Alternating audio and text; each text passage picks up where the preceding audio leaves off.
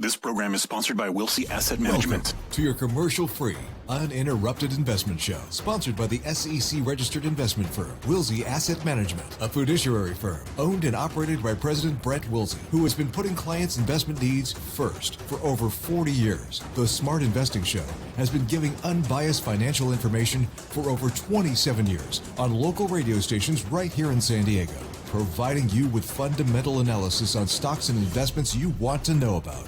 Now, here are your hosts, Brent and Chase Wilsey. Well, good morning and welcome to the Smart Investing Show. I'm Brent Wilsey, just about 8 o'clock on a Saturday morning. Thank you for joining us this morning. With me is Chase. Good morning, Chase. How you doing? Good morning. Doing well. Another day, another week gone by. Craziness in the market. We got a lot of things to talk about here this morning, as always. So, and before I forget, let me go with the phone numbers. We'll start taking calls probably about 20, 25 minutes or so. We got some important things to cover.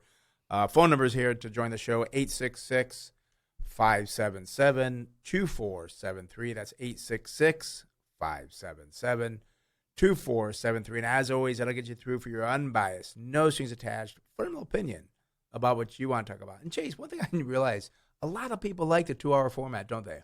I know. We just keep getting compliments on it. I guess we're glad we made that decision to go 2 hours, and I'm glad the listeners are enjoying it. Yeah, and it still zooms on by for 2 hours. It just goes very quickly. Yeah, I know. Other times I'm a little tired, but for the most part it zooms by. Yeah, sometimes it is like, okay, I was out too late on Friday night, but still got to do it. Yeah, so, and actually I've been doing the show again for 28 years. And it hasn't always been at 8 o'clock. It was at one point for a little while. It was on the evenings on a very, very small station here in San Diego. But now 8 o'clock Saturday mornings, that's what we're known for, is being here to help people get ready for Monday morning. Let's talk about what happened this past week in June. Well, June was a hot month for buying stocks. $28 billion invested in individual stocks and exchange-traded funds. You know, we haven't seen this much buying since the year 2014. It's a lot flown into equities. And one thing I do kind of want to point out here is it was kind of a rotation back into your tech-heavy names, your big tech stocks. They've done well. I know Apple and Microsoft, they've hit records again. And I'll tell you what, I'm excited. You're excited. What are you excited about? Some of the value companies that we like to invest in, they've pulled back about 10, 15. I've seen some pull back as much as 20%. Well, okay, now let's clarify this for people. You're excited because things are going down. Exactly. But yet things are going up. I mean, so let's kind of explain this to people why we're excited when things go down. I mean, this is such an important concept for people to grasp. And we always tell people this. We don't buy the stock market. We buy our businesses. And the thing that you have to look at is you're going to have periods of underperformance. Guess what? Oh, the Dow's up 100 points. You might be down some days. That's okay. But guess what? On the other side of that, the Dow and the S&P could be down and you could be up. There's not this one-to-one correlation of your stocks going up and the market going up. And especially as we've seen this rotation back into big tech, I'm so excited because we were being patient for the last few months and we couldn't find anything to buy. Yeah. It's like, just can't find anything. And in our own portfolios and our clients' portfolios, we had new money coming in. We had some sales earlier this year, and we just couldn't find things to buy. Well, now we're getting that opportunity, and it's not completely fun because you love to see your portfolio go up every single day, but that's just not reality. You have to look for those good buying opportunities. I think we're seeing some great ones, especially since we don't like the big tech. Even though it keeps going higher, the higher it goes, the more worried I get about it. And last year we saw this period where it went way up, and then it just plateaued for months. And I think we're going to see that again. It's up. And I think it's going to pull back, and it's just going to plateau. I just don't see how Microsoft and Apple can continue to climb. And what are they going to do, trade at 30 times earnings? That just doesn't make any sense to me.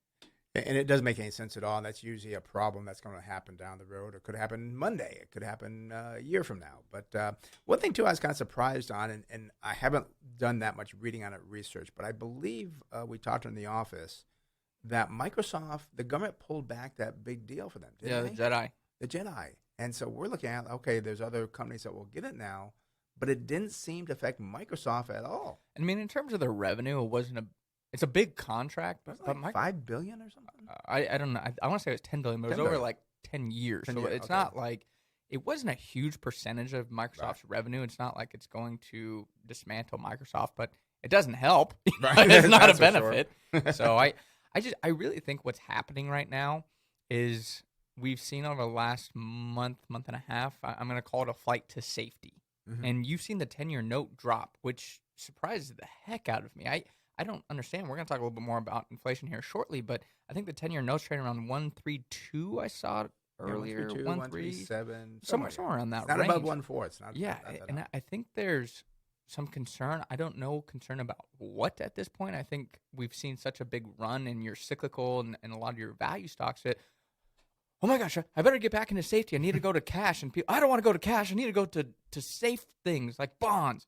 And I think what people are lumping into safe right now, and I think it's a huge mistake, is Apple and Microsoft. They're so big, and their balance sheets are very clean. Don't get me wrong. You know, they're not as clean as they used to be. I do want to. I will point out the debt to equity for Apple looks terrible, but I think they deserve a little bit more of a research process because they bought back so much stock. Right. But it still is something to point out. Their debt to equity, I believe, exceeds 100% now. Yeah. So they've used a lot of that cash to buy back stock. So I'm not sure, but I think people, when they are looking for safety right now, are going in the big tech names, and I think it's a huge mistake. I think it's like, this might be a bad analogy, but going back into like the Exxons and the AT&Ts from years past where it's, oh, that's a big safe company, I can go into it. And they climbed to these enormous market caps in the past. And we know that they've gone nowhere for years. And it's, I think, going to be the same thing for Apple and Microsoft. There's just no way that they can continue to grow their market caps beyond their true values. And we talk a lot about multiple expansion. Well, even if that company grows, let's say at 8% per year in terms of their earnings on the bottom line, I don't see how their multiple can continue to expand to give you like a 10, 12% return because it's going to trade at 30, 40, 50 times earnings. That's not possible.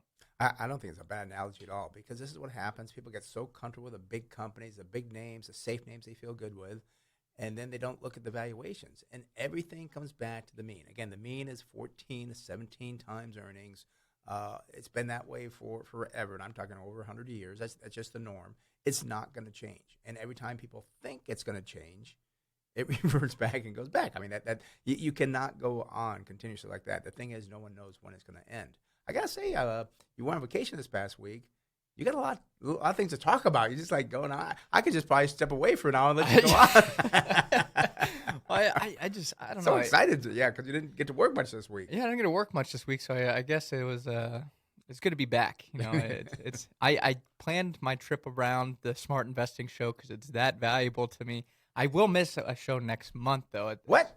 I have my grandfather's memorial he passed away last year, and because of COVID, had to postpone it. So I'll be out of town next month.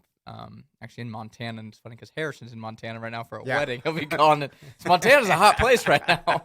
But yeah, no, it's gonna be back. I got a lot to say because I didn't talk that much about finance this week. I know. So I'll let you talk a little bit more today so we can get it all out there. But it is something that I do worry about as well. And you see, the big five, we'll call them, that they go up, the Amazons and Netflixes, and it's just, and we've talked about this for a long time.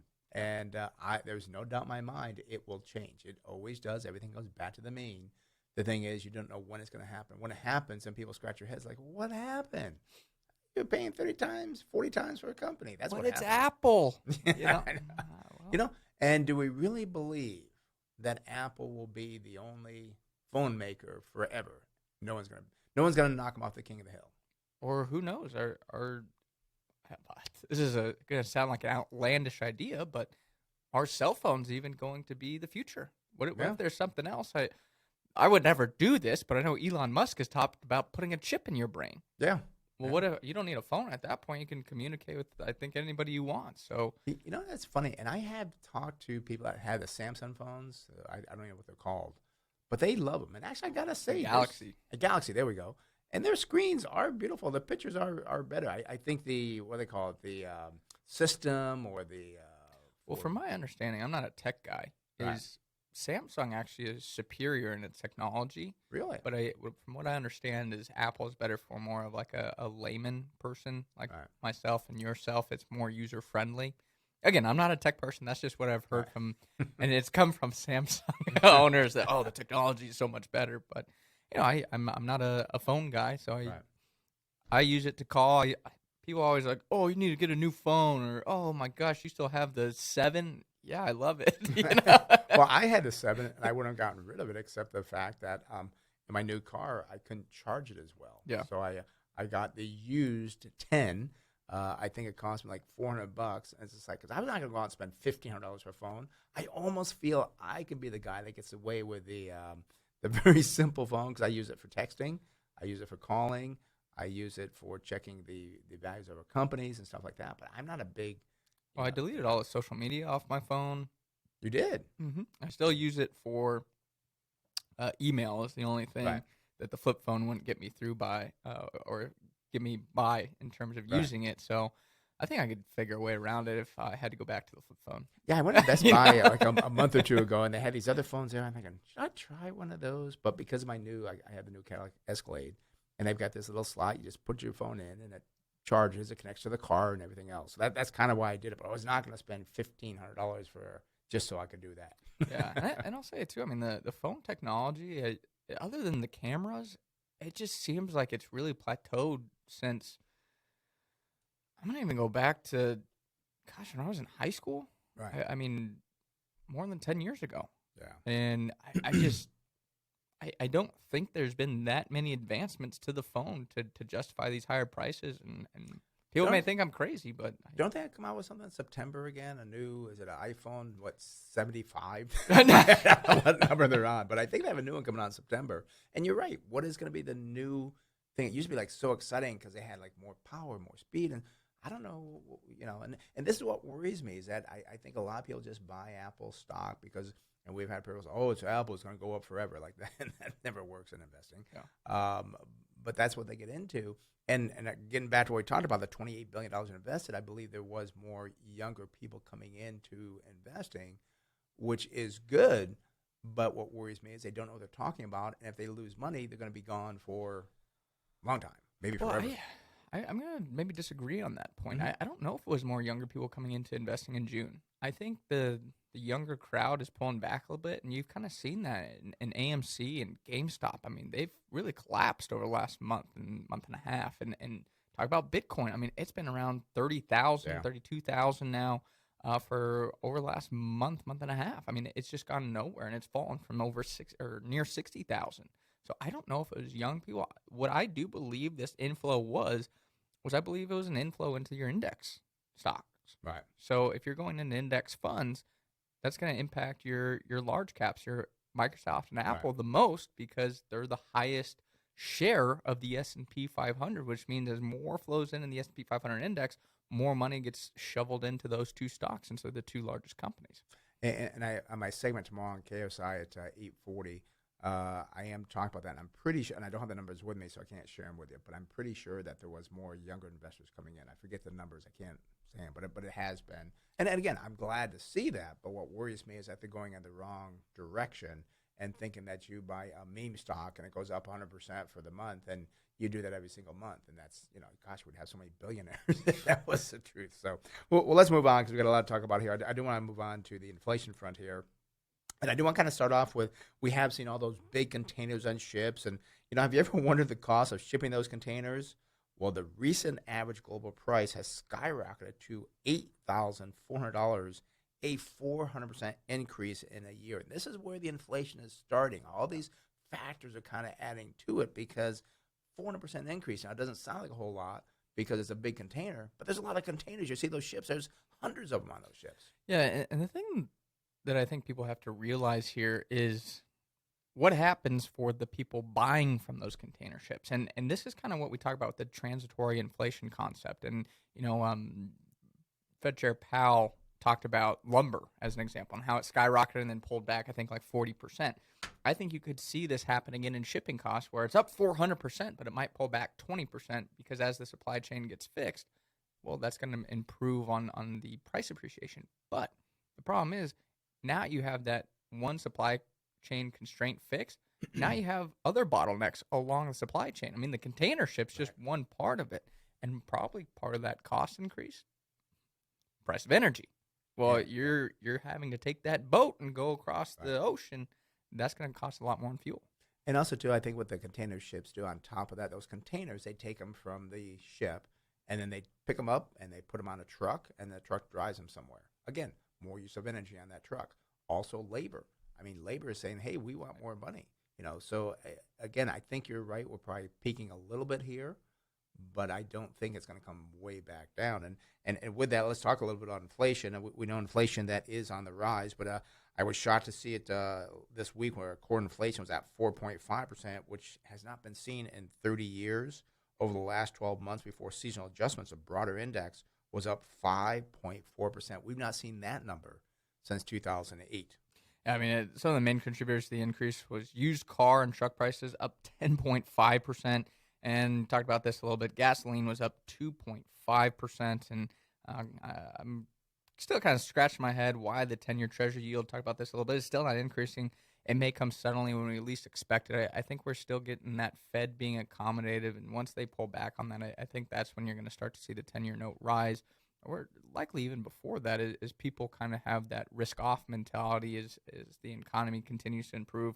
And also if inflation does kind of maintain itself. And going back to gas prices, I just got to bring it up. I was in Florida this last week, and I'm driving down the road. I'm like, 308? Wow, I haven't seen prices like that in quite a while. And it's funny, driving into the radio show this morning, which is, you see that corner too, it's the Shell station on the corner of Wrench-Barner Road, I think Pomerado Road, $4.64. I still, and again, there was somebody there filling their tank up. I just don't get why you go to that station and buy gas there. I hate to admit it, I had to do it once. What? Yeah, I had, I think, 10 miles left on my truck, and that's what happens. You got to plan for those things. Otherwise, you get cornered in to go into the most expensive gas station. Yeah, I always look at my tank when it says quarter tank. Okay, I'm going to find a place, fill it up. Yeah, because if you don't, you push it, you could be stuck into paying. Yep. And you think about it, because I think the station I go to, it's on, Poway Road and Pomerado Road. Yep. It is an ultra fuel. And I think I paid $4.07. So you figure about 60 cents difference. You put in 15 gallons, you're talking almost $10 it's saved. And again, it makes a big difference over time. So plan out your gas buy a little bit better. Watch that tank. Don't go below a quarter. Yeah, no, exactly. So, but also too, that came out this week, which is another baffling thing that, not baffling, we'll talk why I'm kind of saying that, but the producer price index was released, and it came in at 7.3% year over year, and that was above the estimate of 6.8%. What worries me is, as we reported, the consumer price index was 5.4%. Let's talk about why we're concerned on this, because you put the two together, there could be more problems coming down the road.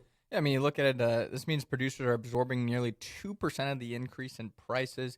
This can squeeze their profits, which is bad for business and can't continue for long before they must pass the increase along to consumers. On the news, gold was actually up 0.8% to $1,825 per ounce, the highest in nearly a month. I still like gold here in the short term as an inflation hedge. But, talking about the producers, I do think that it is a leading indicator for what could come from the CPI, because you're right. These producers can't just say, well, that sucks. Our profit margins are going down. That's terrible. No, they're going to say, and again, they're getting squeezed as well because of labor. They have energy costs, so they can't keep doing this. They're going to have to pass on those higher costs to consumers, or their side has to come down. And one thing that was kind of, because I do have one more topic on to cover, but one thing we talked about yesterday that people don't know about is our YouTube segment. Yeah, no, we talked a little bit more about inflation yesterday and started a new weekly stock analysis. And we kind of, like we do on the Smart Investing Show here, have a little conversation about different items before we get into that stock analysis. But yesterday we looked at an exciting company, Archer Daniels Midland. Mm-hmm. We think it's exciting. May not be exciting to everybody else, but if you're on YouTube, it's pretty easy to go to YouTube nowadays. Just type in Wilsey Asset Management. You can subscribe to our channel there for more future videos. Again, we're going to do one stock a week. And, hope it helps you out in your investing adventures. And as we said before the show, we got to change that to smart investing. Yeah, so right now you type in Wilsey Asset Management. It'll go to our channel. We're going to try and change that to smart investing since that's kind of what we're known for here on the Smart Investing Show. That's right. That's what we're known for. You have had that name for many, many years. Now, I did want to kind of circle back. We talked about the kind of the bottlenecks I was talking about. This is what I mean with the producer price index, is that 400% increase in the shipping containers. Well, that's affecting the people buying from that right now. But those people buying from the shipping containers, they didn't increase their prices by 400%. No. And what could happen is you could see the shipping containers, they could fall, let's say, 20% to get to a more normalized rate. But now those people who are buying from the shipping containers, they're still playing catch up. So now they're steadily increasing their prices. Maybe that next person, that next customer, now it has to increase their prices by 50%. And then that next person that was buying from them, they're like, oh my gosh, this is terrible. Now they can't absorb all the costs at once, but then they pass it on to their consumer. So it creates this long bottleneck, this long supply chain that is actually increasing the prices, and ultimately at the end of the day is going to be passed on to the consumer. But there's so many little parts. I mean, Again, talking about the iPhone from earlier, how many components go into that? There's so many different suppliers. Don't just think there's one endpoint from supplier to consumer. Yep, exactly. And we're going to be taking calls pretty soon. Phone numbers you want to call in. You got a question on a stock you want to talk about or investment question, 866-577-2473. That's 866-577-2473. Jason, we start the show talking about big business, Microsoft, Apple, and so forth. Last week, the Biden administration increased the war on big business. An executive order, this is surprising, an executive order that consists of 72 initiatives. I have to admit, I did not read the 72 initiatives, but what it calls for as a whole is a government in an effort to promote competition in the American economy. And again, as I said, I did not read those, but no matter what, I still fear this.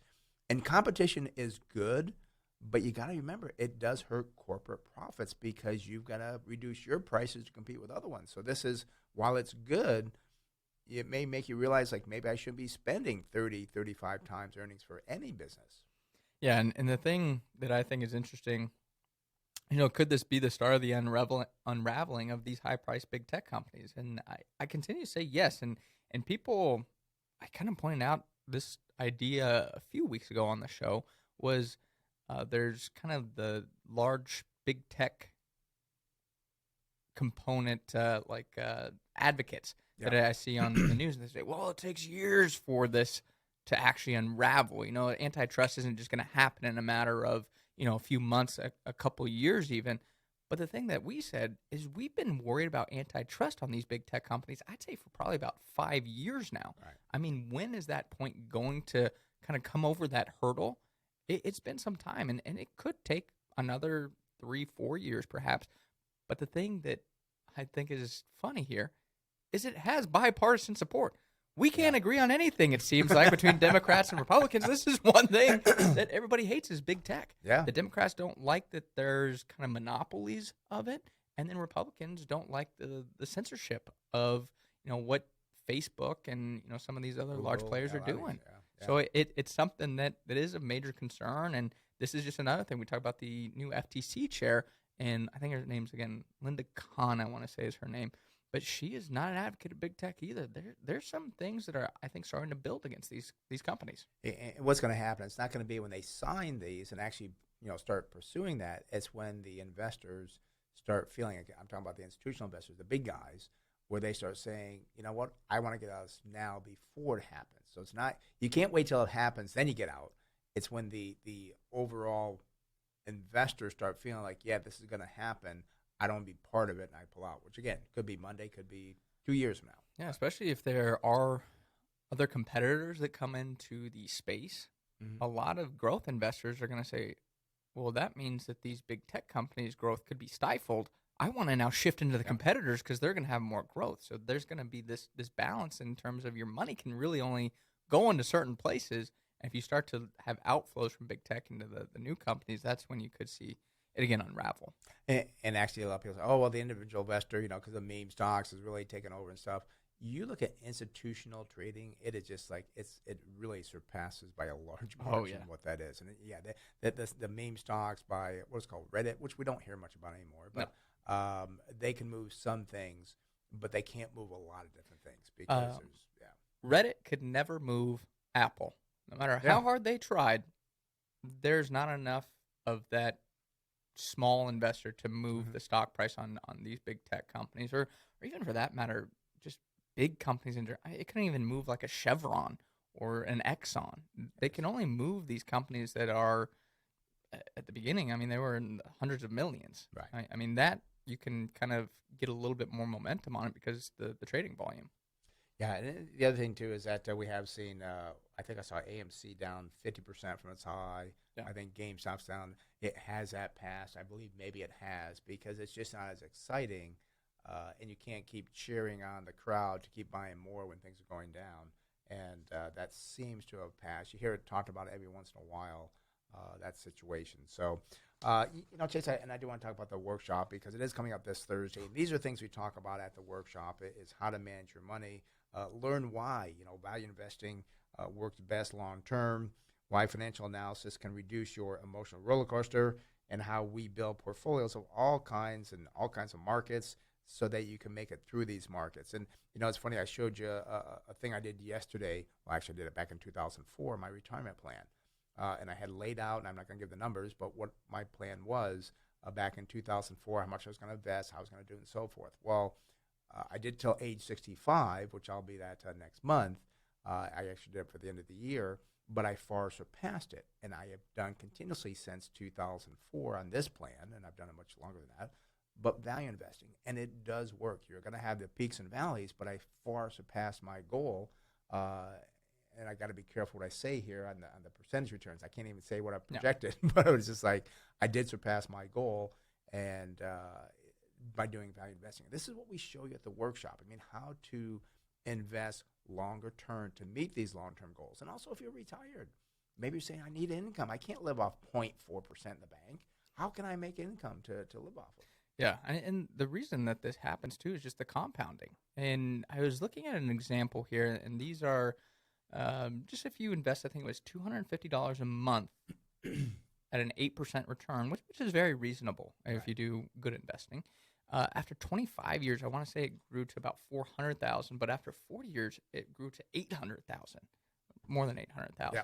And what happens is, as that money builds, the later years you grow a lot more because you have money that continues to build on. I said 250,000 after 25, and then 400,000 after 25 years, and then 800,000 after 40 years. That 15-year time frame, you made. Wait, was it 25 years? It was about 400,000. And then 40 years, it was about 800,000.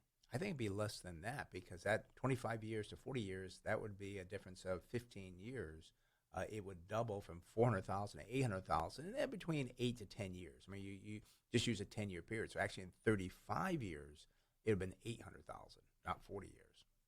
I'm actually pulling this up since I'm talking about it. I want to make sure I'm giving and I'm using a 8 to 10% return. Maybe they were using a lower return, or maybe no, it was 8%. It was 8%. Yeah.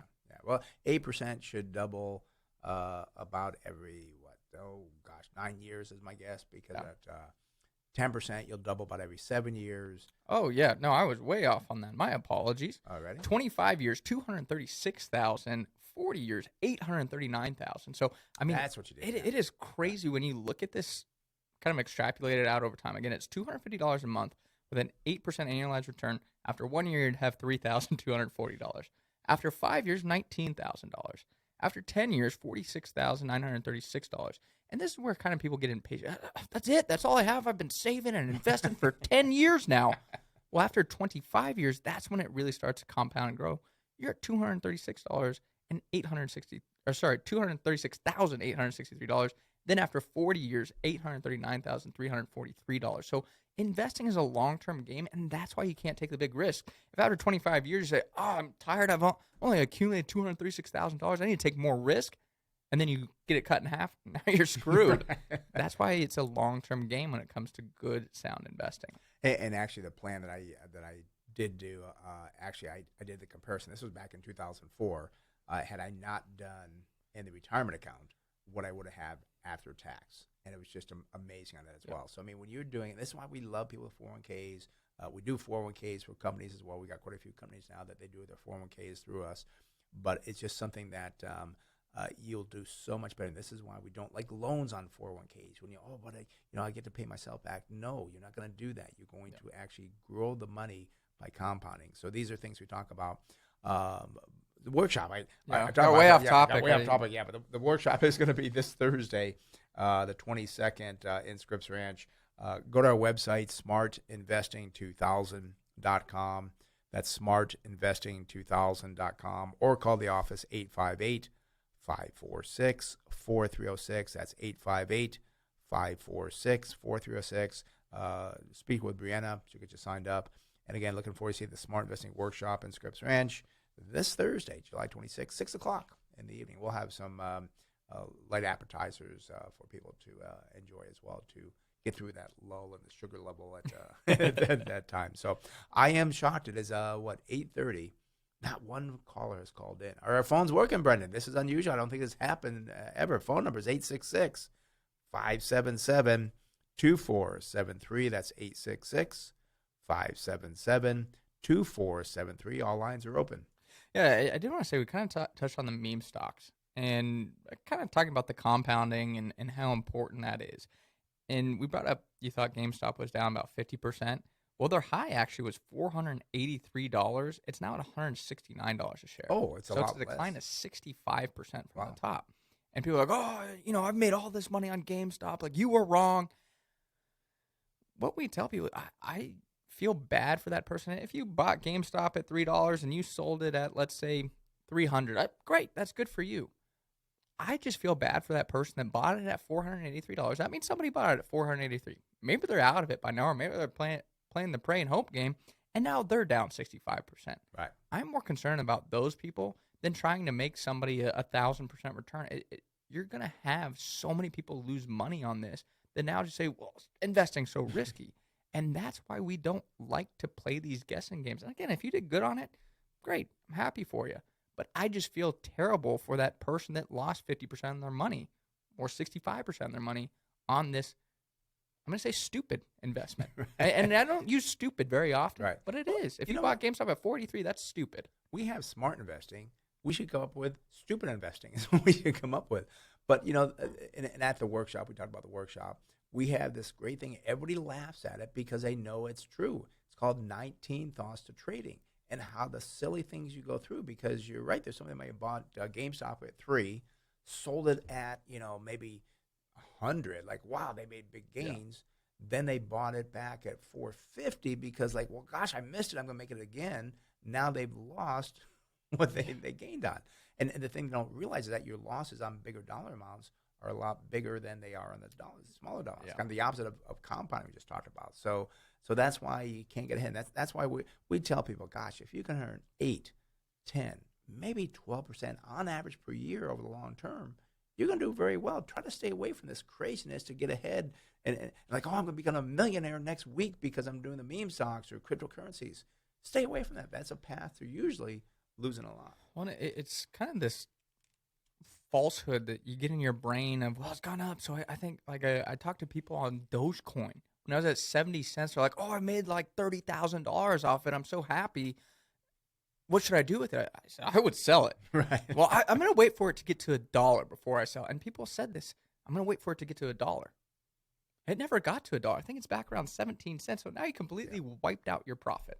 And I don't know if you saw this past week, but the creator of Dogecoin came out and said that the whole cryptocurrency thing is just a scam. Yeah. And again, he's one of the guys that created it. So he's not saying, it's great. It's just like this was a scam. So it just, you got to be very careful in investing. And if it's too good to be true, it probably is. And that's why, again, we talk about when you invest with us, you go to the party, you try to talk about what you are invested in. You'll probably be in the corner by yourself because it's not very exciting. It's your food stocks. It's your talking about Archer's Daniel Midland earlier. Yeah, it's like, what? I want to talk to the guy in the corner that's talking about how much money he made off of cryptocurrencies. I mean, that's the exciting part. But it's not about being exciting. It's about doing the right thing long term. So when you do retire 20, 30 years down the road, you've got actual good returns on your portfolio. Absolutely. All right, phone number is 866-577-2473. That's 866-577-2473. I'll look it over. See, Brenda's now answering the phones. Let's head out to San Diego and speak with Douglas. Douglas, you're on the Smart Invest Show. Brent Chase, how can we help you? Hi, I'm calling about a luxury stock called RH, Restoration Hardware. Oh, yes, we know it well because of the fact that I think, didn't you come up with that one like years ago? Gosh, yeah, it was probably 2-3 years ago, and I know it's just done very well since then. So Yeah. I'm excited to take a look. And I know they used to be Restoration Hardware, and they still Right. have that store, but they changed their name to RH. You know, Yes, if you yes. look it up, it's just RH. RH now. Yeah, that's what Makes it comes easy to remember the symbol. At Oh yeah, least. RH, kind of like GE, yeah, Yeah. so very easy. So let's take a look at. Well, it's not Restoration Hardware. RH symbol is RH.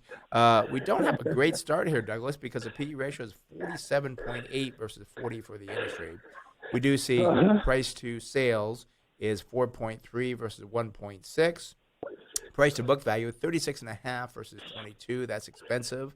And then we do see price to cash flow is 27 versus 14. So the valuation ratio on RH is very expensive.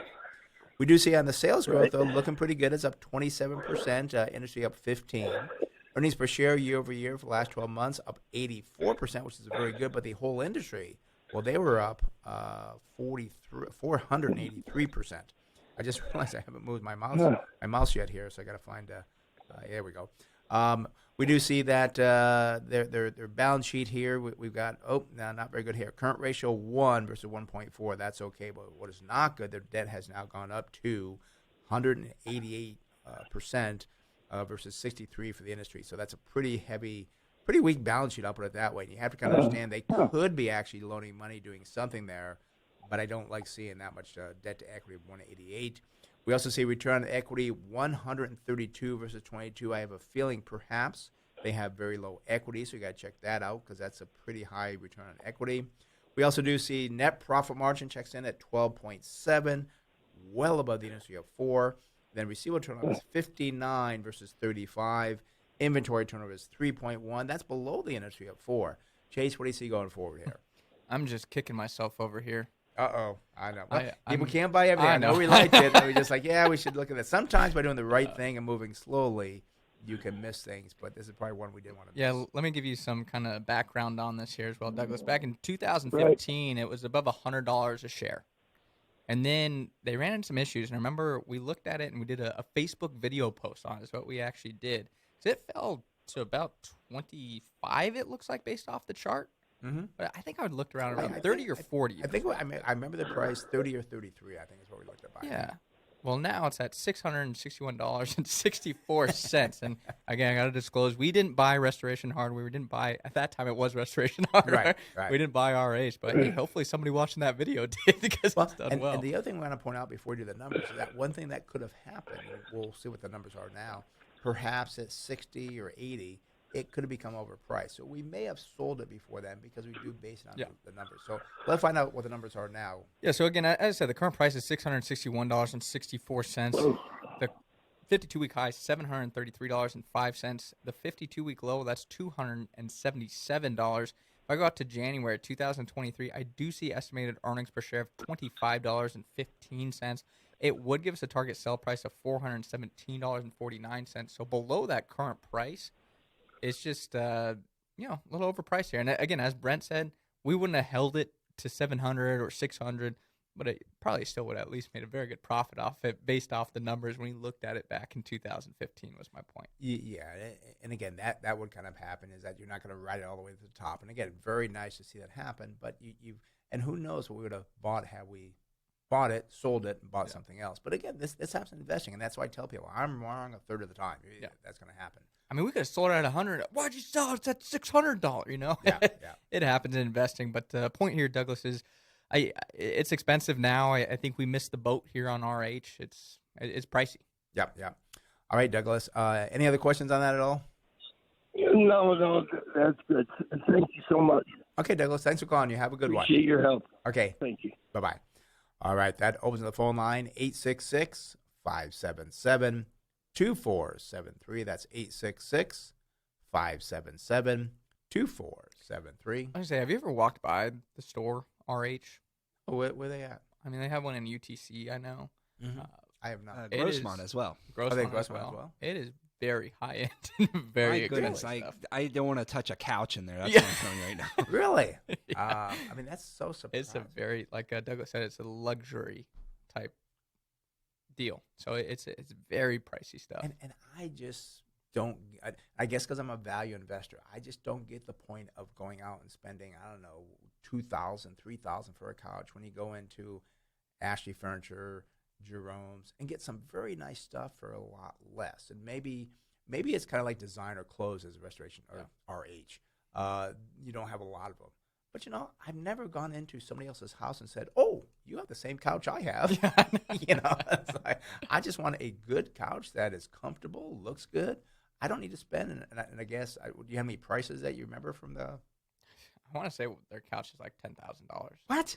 I believe it's called the Cloud. Yeah, and from what I understand, it's a very, very comfortable couch. But I know it's expensive.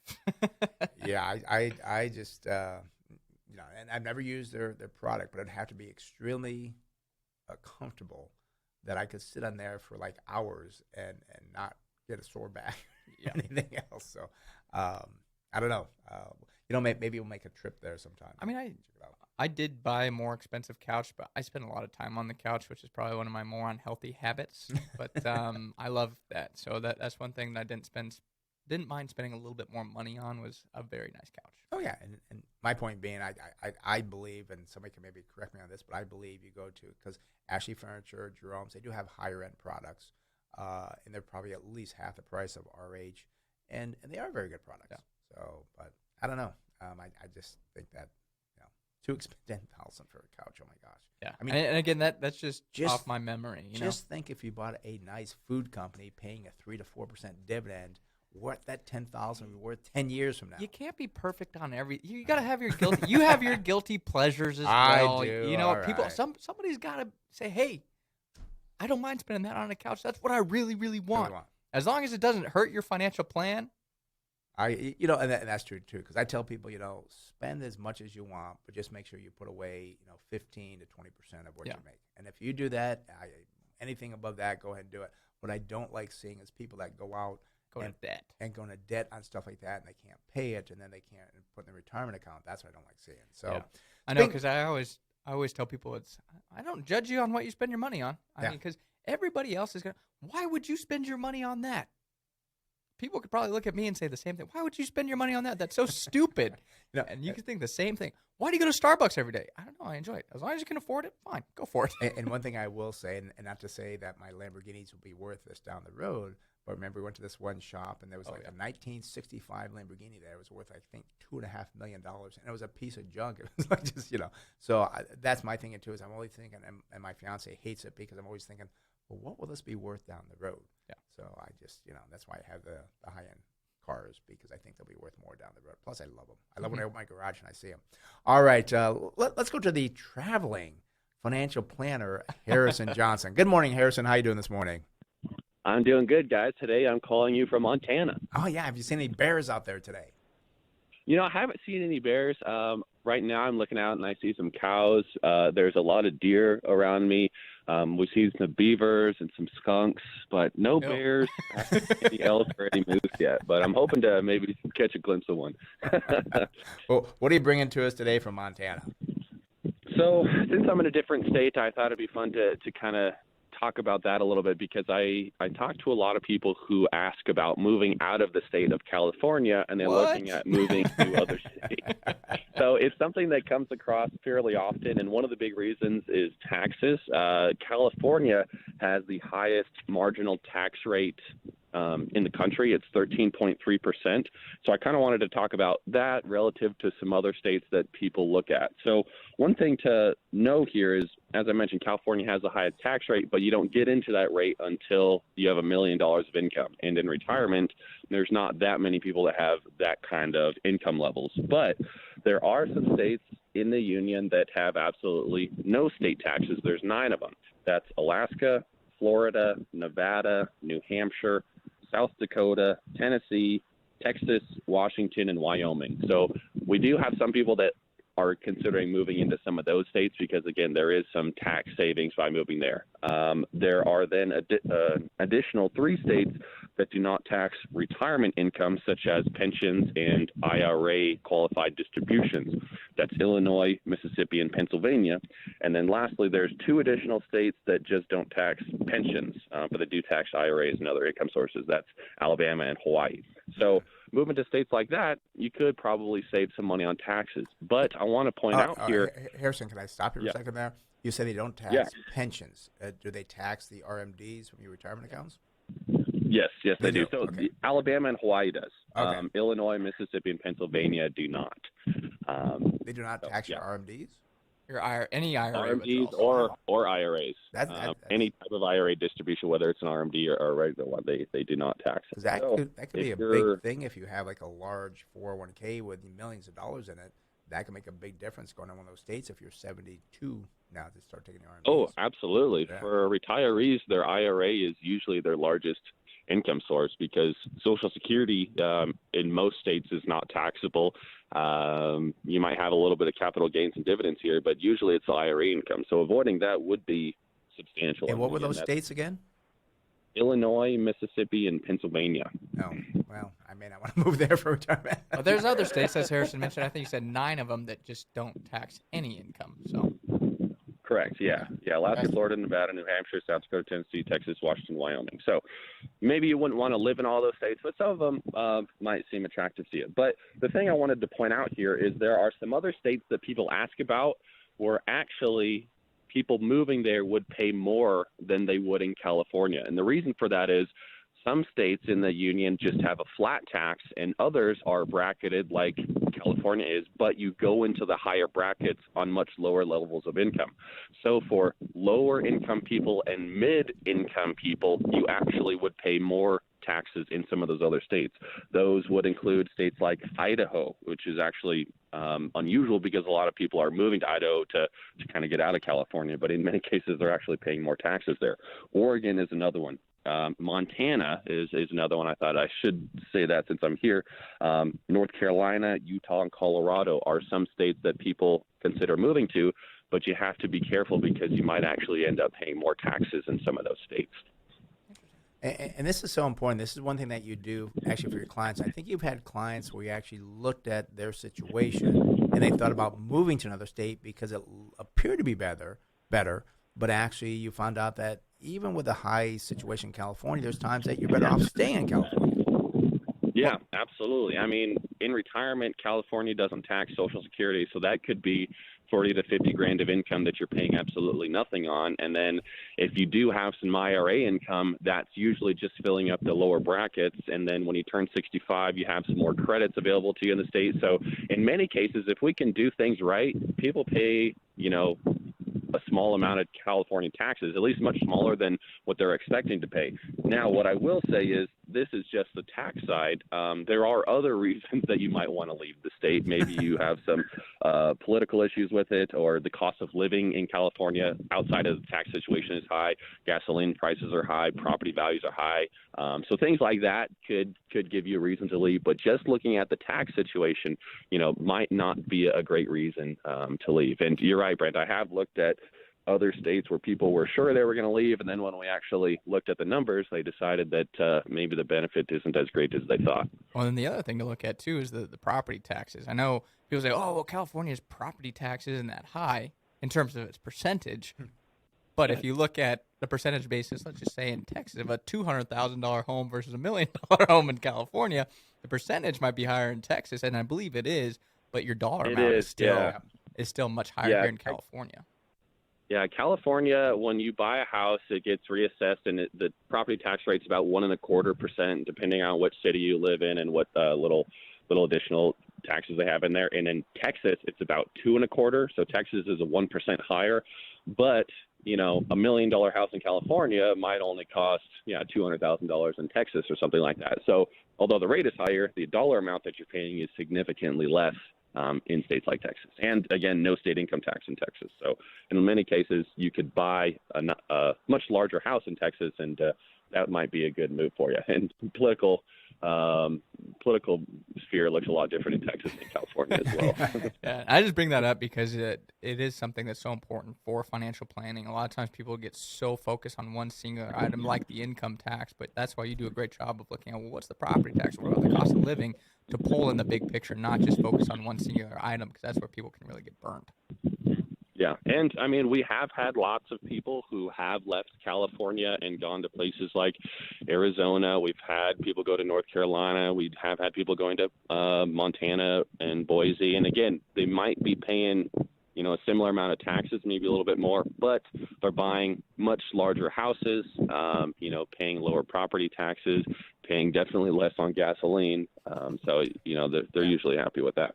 I do have to say they don't have the weather that we have in California, so that's we pay that's for the weather. true. So, but Harrison, I was going to say one quick note on the weather. So I'm in Montana right now. I've been here twice before, and I was excited to come because the last time I came, the weather was, it wasn't bad, but there was a lot of fires and it was really smoky. Well, now there are fires again here, so it's smoky again. So I can't see the mountains. You need to stay away from Montana because it seems like you go there, the fires are there. So, but yeah.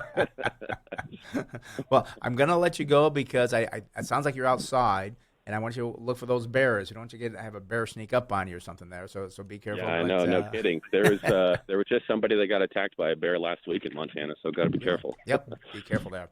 All right, Harrison, we'll see you Monday morning, right? You are coming Monday morning, right? Yep. Yes, I'll be there Monday. Okay. All right, Harrison, have a good one. All right, thanks, guys. See you later. All right, bye-bye. It's funny to talk about the weather. Yeah. Well, I call our high tax rates here in California just a weather tax. Yeah. But I do think that if we have bad weather here in California, that's when you deserve to get a refund because you pay so much in taxes.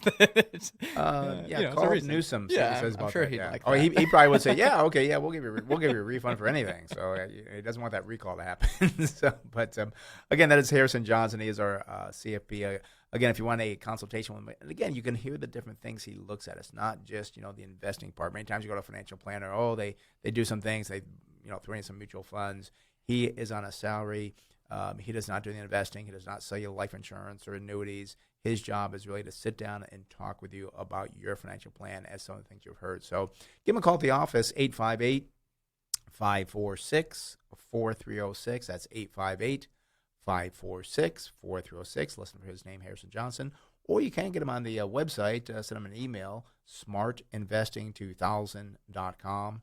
That's smartinvesting2000.com. And Chase, I can't believe the first hour is up already. I only promoted the workshop once, and it's going to be this Thursday, so I want to do it one more time before I go to our callers. It is going to be this Thursday, July 22nd in Scripps Ranch. We're going to talk about learning why value investing works best long term, why financial analysis can reduce your emotional roller coaster that you've been on maybe for years, and how we build portfolios for all kinds of markets. It is a free workshop, but what you have to do is sign up. Go to our website, smartinvesting2000.com. That is smartinvesting2000.com. Or call the office, 858-546-4306. That's 858-546-4306. And look for Brianna. She'll get you signed up, and look forward to seeing you Thursday, July 22nd at the Smart Investing Workshop. All right, we got time for calls. Let's quickly go out to Chula Vista, where Jim's been waiting very patiently. Jim, you're on the Smart Investor over in Chase. How can we help you? I'd like to know what your opinion is of TTC, Tutor Perini. Okay. And I was kind of wondering what that was. When I pulled it up, I had two companies come up. One was, Armstrong World Industries, but you want a Tutor, what is it, Perini Corporation? Perini. It's an engineering company out of Sylmar. Okay, let's see. All right. Why is it not coming up? Oh, here we go. All right. Okay, got to change things here a little bit. Here we go. Okay, Tutor Perini Corporation, symbol TPC. Wow, Jim, a great start. The PE ratio 6.2 versus 39 for the industry. Price to sales looking very good, 0.13 versus 0.86. Price to book value, 0.53 versus 14.97. This means you're paying 53 cents on the dollar for the tangible assets of the company. Love seeing that.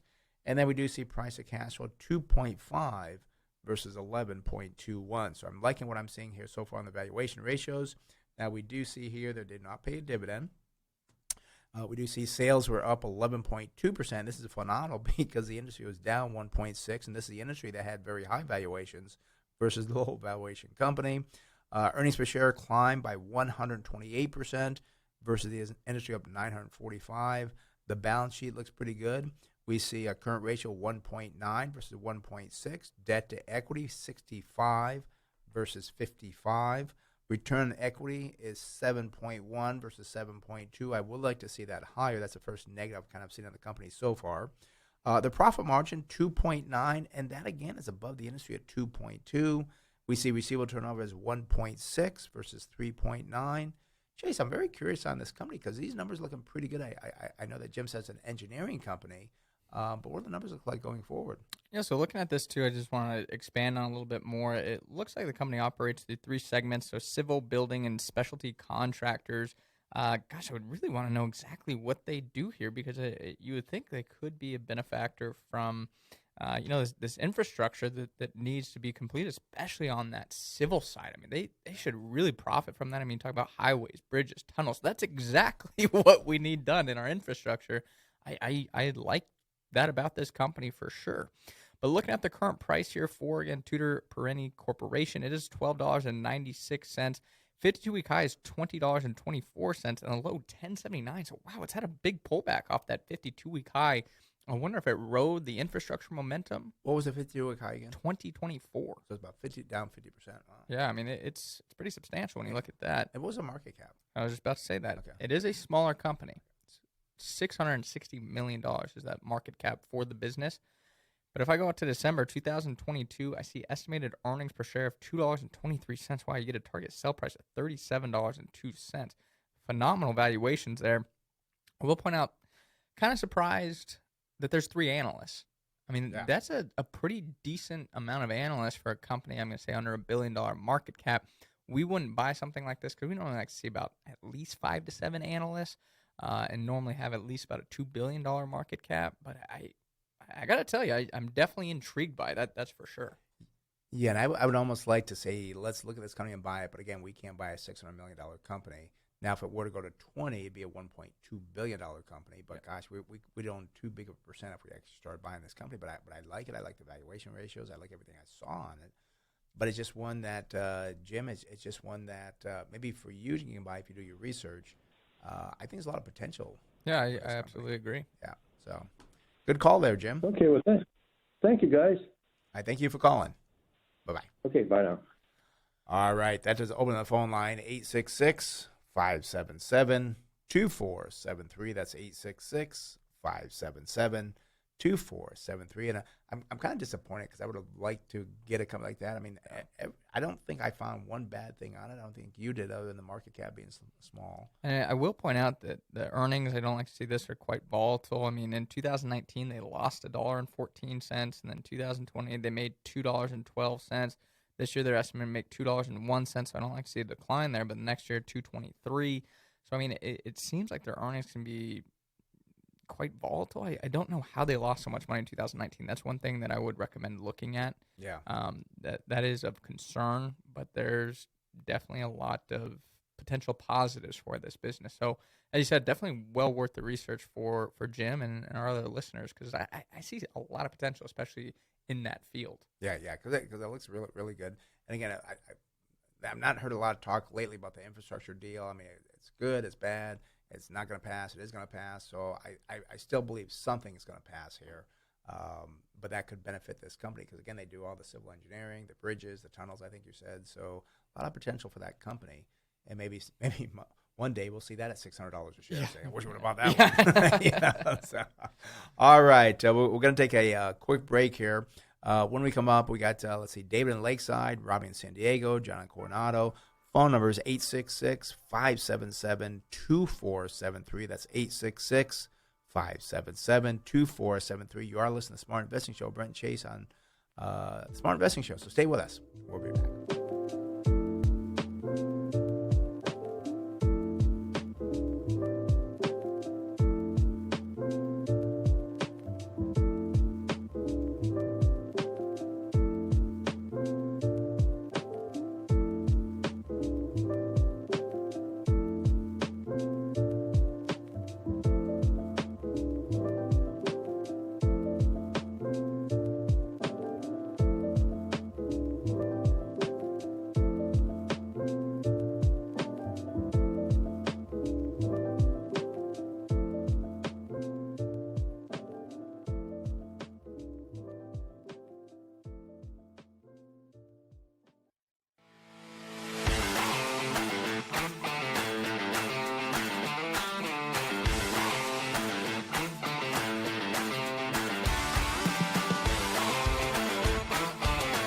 Alrighty, welcome back to the second hour of the Smart Investing Show. Yes, phone lines are open, 1-866-577-2473. That's 866-577-2473. Let's head out to Lakeside and speak with David. David, you're on the Smart Invest Show. Brent Chase, how can we help you? Good morning, fellas. Good morning. Thanks for helping us make some money here. That's what we're trying to do. I'm looking at Sabre. I bought it about 6 months ago. Looks like it's anything to do with vacations, hotels, rental cars, airlines. It's doing pretty good right now, but I think it could go higher. Maybe it'll go lower. Yeah, well, let's take a look at the numbers here, see what they look like. Again, the company is Sabre Corporation, symbol is SABR. Not a great start here, David. A PE ratio not material versus 71, but again, I think you said they're a travel-type company, so not surprised that the last 12 months they have no earnings. We do see price to sales looks good, though, 3.5 versus 12.7. Unfortunately, no price to tangible book value versus 104 for the industry, which means if you take away all the intangible assets, there's no value to this company. And again, no price to cash flow, same as earnings versus 39 for the industry. So they seem to be kind of struggling at that point. Now we do see, and again, no surprise here, sales year over year down 72%. But also, too, I do see in the industry they're up 15%. So maybe this company is lagging, something else going on here. Earnings per share year over year, last 12 months down 1,008%. Industry up 11.4. Wow. Current ratio 2.7 versus 2. That's not why I'm saying wow. What I'm saying wow on is a debt to equity 19,569 versus 72. Return on equity a negative 383 versus a positive 23. We do see here that they have a net profit margin of a negative 132 versus 17.9. And receiver turnover 2.4 versus 6.5. I'm not liking these numbers at all. Chase, you have anything positive going forward? Well, one thing just kind of on the debt side is it does appear like this company could be what we call an asset-light business. I see the word software as a service. Generally what that means is they don't need a whole lot of assets. It's software as a service. No buildings, no equipment. Yeah. It could be. So that's just one thing. Not saying it's an excuse to buy it, but just kind of pointing to some potential areas that could explain that issue. But looking at it, I did have curiosity on what it does exactly. It looks like they include reservation systems for like airline carriers, commercial and operations products, agency solutions, data-driven intelligence solutions, and then hospitality solutions segment provides software and solutions to hoteliers through software as a service and hosted delivery model. So I'd just be a little bit more curious exactly what they do. It got some of that from this description here on the profile of the business, but I want to kind of look through their products and peruse those a little bit and find out where exactly the revenue streams are coming from in terms of airlines, hotels, kind of what's that breakdown look like. But looking at the numbers, current price here, $11.05. 52-week high, $16.88. That 52-week low is $5.50. Unfortunately, I go out to December 2022, I still see that the company's estimated to lose 10 cents per share. Now, I will point out the high estimate is for a 33-cent profit, while the low estimate is for a loss of 36 cents. So huge discrepancies, which doesn't surprise me since it's a travel-related company. And how many analysts again? 7. 7. So, unfortunately, David, I even with that potential positive of 33 cents, I don't think that would give us a target sell price above $11.05. I'm just quite leery about this business at this time, especially with the high debt to equity. I just don't think it's worth that risk. Yeah, and David, this is a company that has maybe done well in the past because of the excitement about the reopening, but it may not sustain that because it just doesn't have the numbers that we can see to do it. I'd feel very uncomfortable holding on to this business. And again, could go up even more, but I'd be concerned that something turns, goes down, then you're left with nothing there. All righty? Yeah, I am. I bought it like 6 months ago. I thought it'd be a good reopening stock. I bought it at $6, so I'm doing okay. Yeah. Maybe it's time to get rid of it. Yeah, I mean, it was a good speculative move. I mean, you made money on it. I just don't know. And again, the stock could be at 20 by the end of the year, but it just worries me that you're driving a car 100 miles an hour with no brakes is what kind of worries me. And what concerns me too, David, I did pull up the balance sheet. I was concerned. I mean, we know what happened with the airlines and the cruise lines. they had to destroy their balance sheets to kind of survive.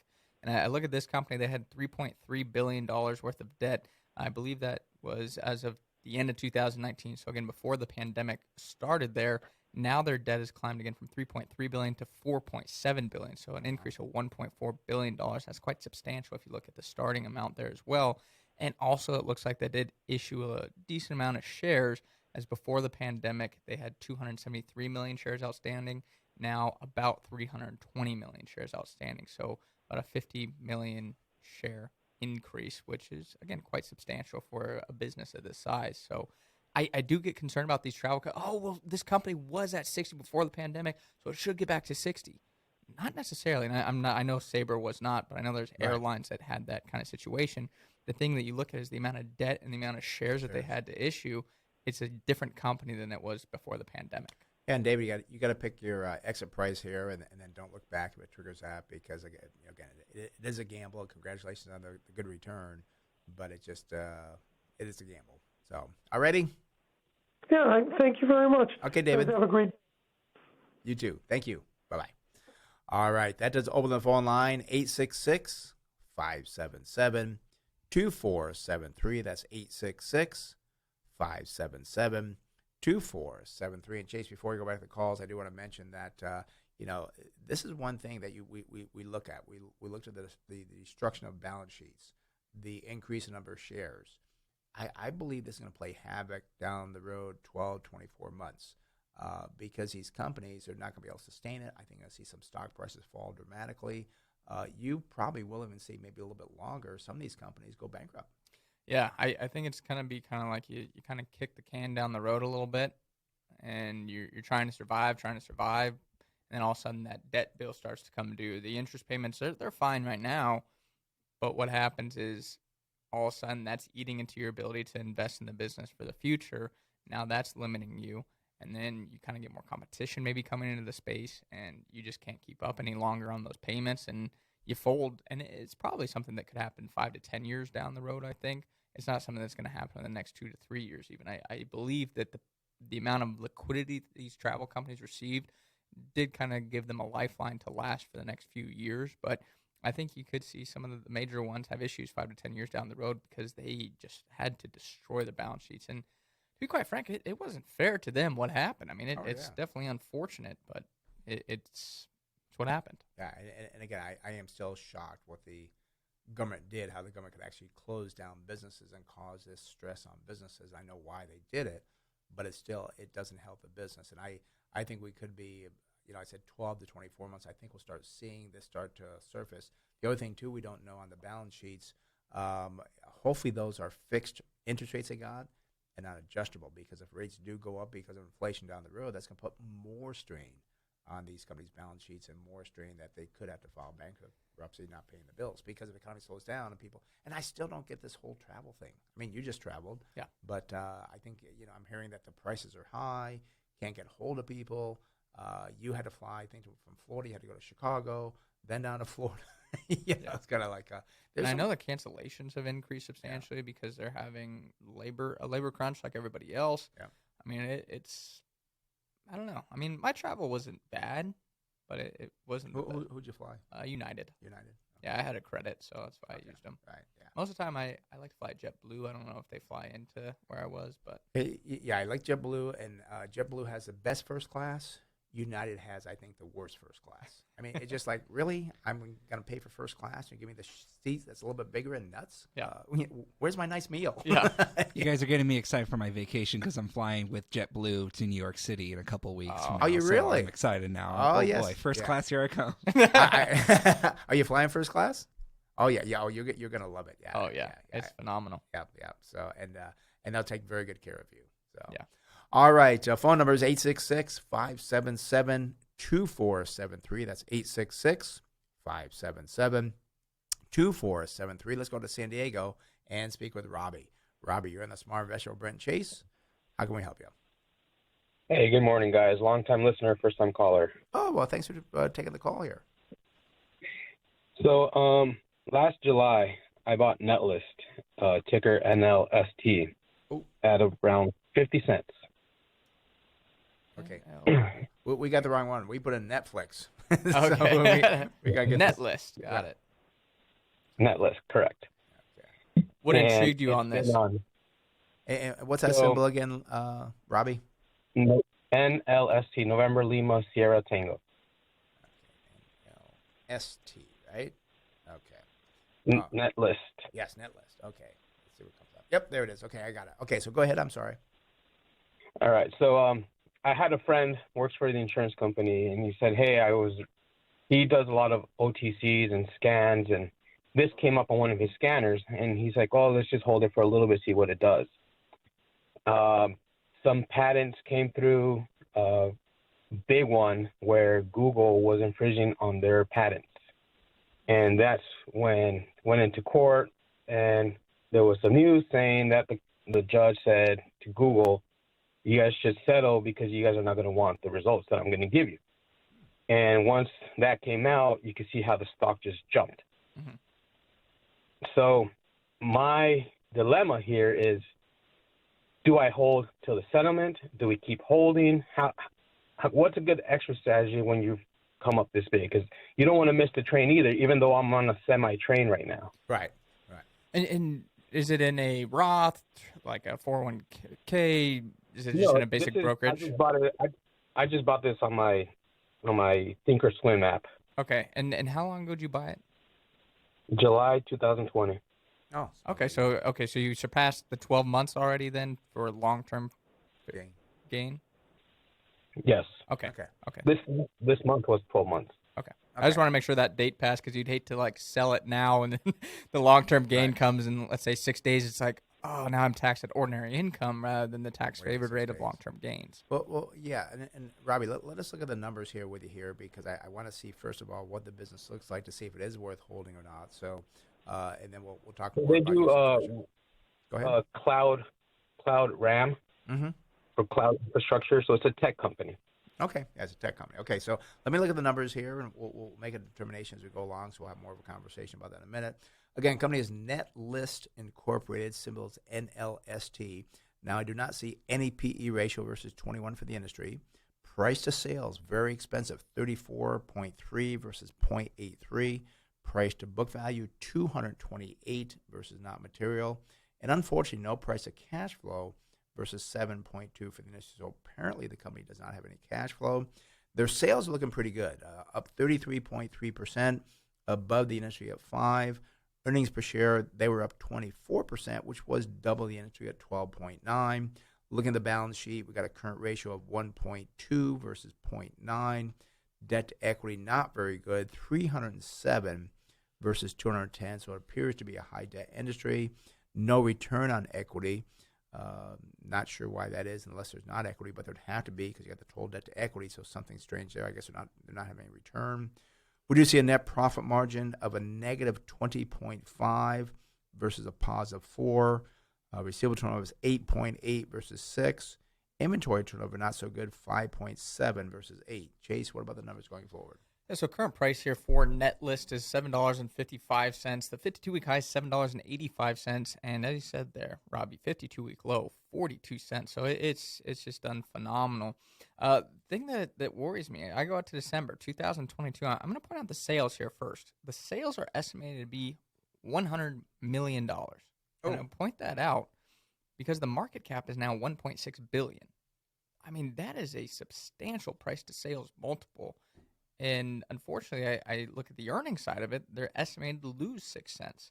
So the numbers just don't look very good here. I don't know if the patent kind of information has been filtered into these analysts, but I'm not feeling comfortable with it. I feel as if the downside is much higher than the upside potential. And you talked about maybe waiting for the settlement.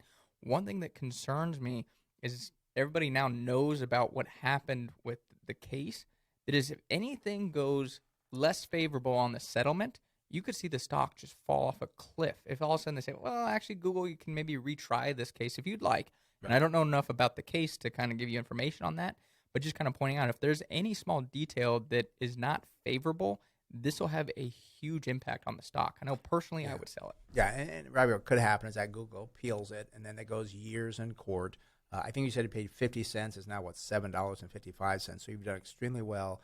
there's no fundamental reason to hold on to this company because that's what I was kind of looking for. Does it make sense to maybe hold it through this? Because if something happens, like they appeal it or by some reason they don't win, or they don't win, this stock will go back down to 50 cents.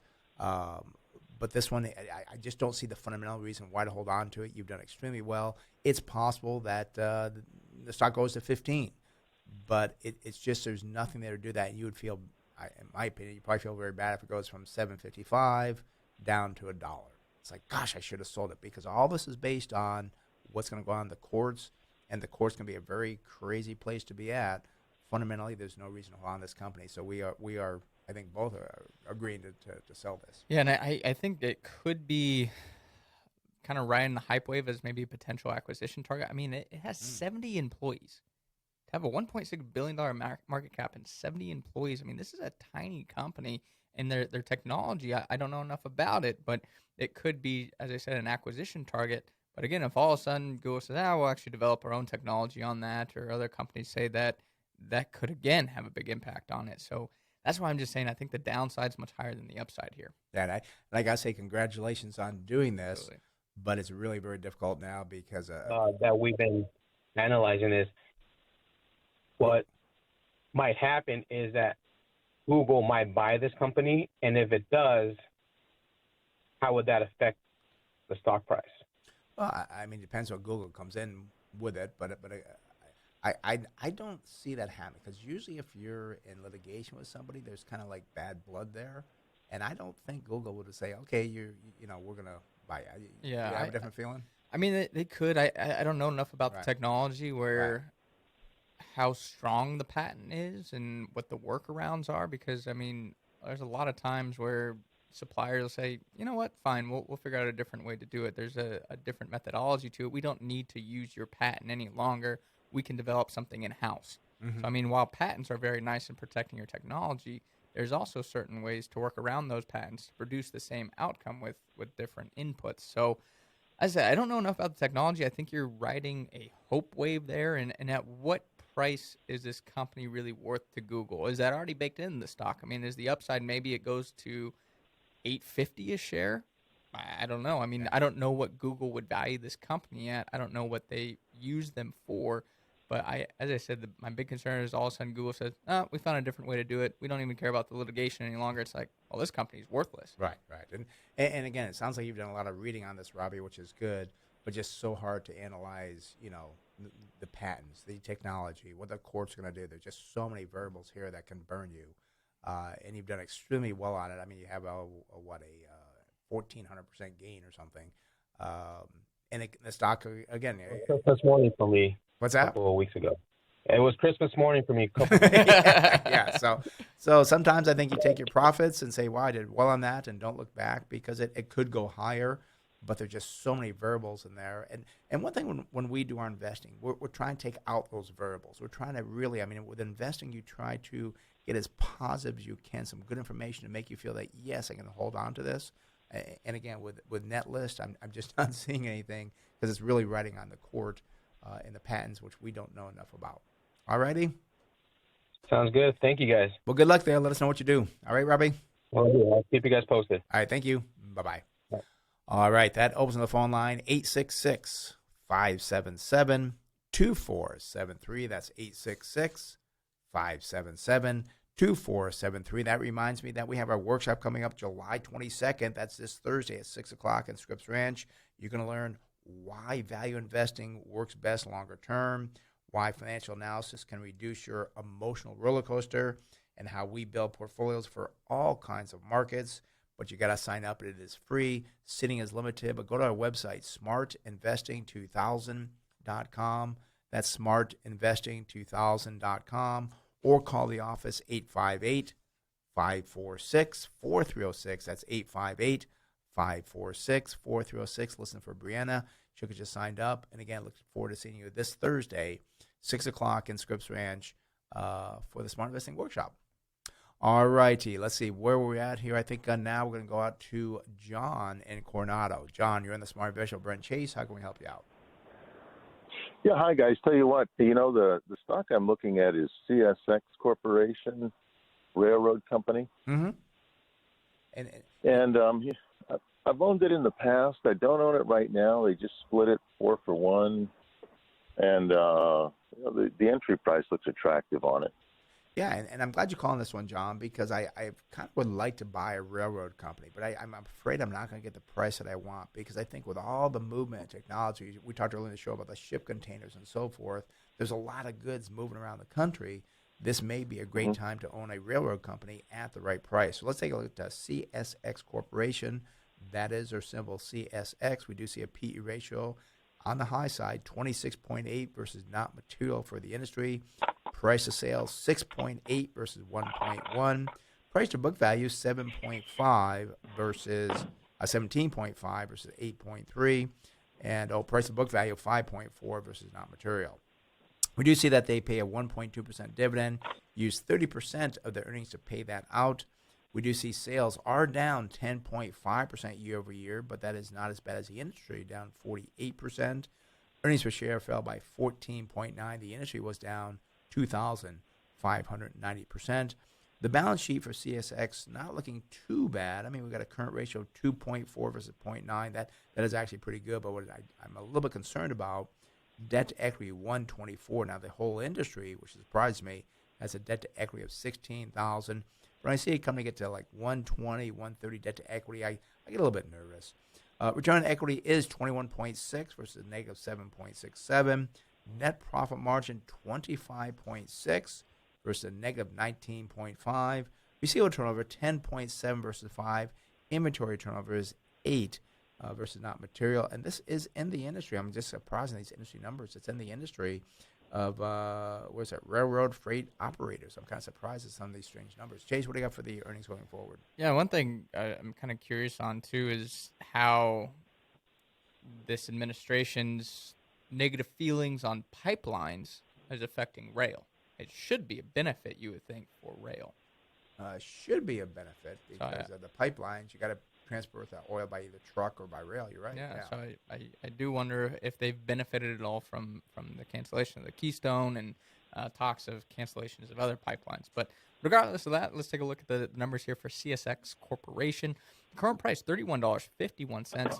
52-week high, well, that's $34.96, and 52-week low $22.69. If I go to December 2022, I see estimated earnings per share of $1.65.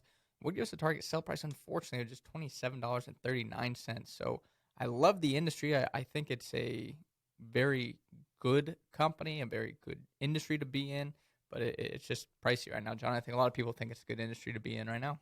Yeah, and this is one that I would have loved to have bought back in probably April of last year. I remember back in 2008, 2009, during the Great Recession, I bought a railroad which did extremely well because they were beaten up so bad, like, oh, we're going through a recession and so forth. Well, the same thing here. You should have bought like a year ago. Now, with everything going on, it's already baked in the price. So I would not buy back into this level, John. I would probably look other places there. All righty? Oh, okay. You know, another place that Harrison didn't mention as far as tax-free, a tax-free haven is Puerto Rico. Puerto Rico, yeah. He did say in the Union, I think. I've been to Puerto Rico. I didn't really like it. I don't know. Yeah, it was just kind of. It reminded me. I got to be careful here what I say, but it kind of reminded me of Tijuana a little bit. So yeah. So I would. Well, I still would feel comfortable in the Union. Right. Right. Well, it's territory. Yeah. It's an idea, though. Somebody might like Puerto Rico, so you never know. Thanks, John. All right. Bye-bye. Bye-bye. All right. That opens the phone line, 866-577-2473. That's 866-577-2473. John actually brings up a good point, though, of, there's other countries that I've heard of people, I'm going to go retire in Costa Rica or, Puerto Rico. I don't know if I'd ever go that far, but hey, if you like seclusion, I think it might make sense. You could buy some great properties down there for very minimal dollars. Oh yeah. I still have, as born American, USA, the flag still gets me excited. I could never leave the country. Oh no. And that's the hard part for me is that I would find some place to go. And then again, the other thing too is not just about you got the family. You go to again Costa Rica or whatever. That's a long way to fly back to see. Oh, now my daughter has a grandchild. I'm not going to see that very often because I can't come back. So there's always other things. Yeah, too, I just know I've talked to. It doesn't happen very often, Right. but there's been a couple people that have said, "Well, I'm thinking about retiring outside the United States." Yeah. We have a client, gentleman that I've known for years. He's thinking about going to Philippines. Because he said he can get stuff very inexpensive there and live on the beach. So, anyways, phone number is 866-577-2473. That's 866-577-2473. Let's go up to Oceanside and speak with Carl. Carl, you're on the Smart Invest Show with Brent Chase. How can we help you? Yesterday, I bought SNAP, S-N-A-P, and at the end of the day, I got really snapped. Oh, no. I bought it at 62 and it finished at 59 something. Ooh. But it is a fast grower, but I don't see no earnings. Okay. What can you tell me about that? Well, let me ask you before we look at this, what was your reasoning for buying Snap? What did you see that you said this is going to be a company that I'm buying at 62? I see it down the road going up. What was your reasoning there, Carl? It was at high at 70 something. Okay. And then I saw it on Thursday, it went down. And then on Friday, it went up to 62. I said, maybe it's a snapback. Well, you definitely have the lingo down for this company. So let's look at the numbers to see what they look like here. The company again is Snap Incorporated. Symbol is SNAP. And actually, I just realized that it's SNAP. Like take a nap on this one. Yeah. Okay. I didn't follow you on that one. Yeah, I know. That was a real big stretch. No PE ratio. You're right here, Carl, that there's no PE ratio versus 71 for the industry. Price of sales, very expensive, 33 versus 12.7. Price to book value, 170 versus 104. And no price to cash flow versus 39. I do see the sales are up year over year, 51.5%, well above the industry at 15. Earnings per share climbed by 14.6 versus 11.4. We do see a current ratio of 4.3 versus 2. That's very good, but I will point out no quick ratio, which means they don't have a lot of cash and short-term investments. Only receivables is what kind of worries me there. It's not a strong current ratio, I'll put it that way. Total debt to equity, 131 versus 72. That's very high. We see return on equity a negative 48 versus 23. Net profit margin checks in at a negative 32.9 versus a positive 17.9. And the receivable turnover of 5.6 versus 6.5. Chase, I'm very curious, is Snap projected to make money yet? Yeah, well, looking at the current price here, $59.31, 52-week high $73.59, and the 52-week low is $20.61. I do go out to December 2022 and see estimated earnings per share of 67 cents. Unfortunately, it would give us a target sell price of $11.12.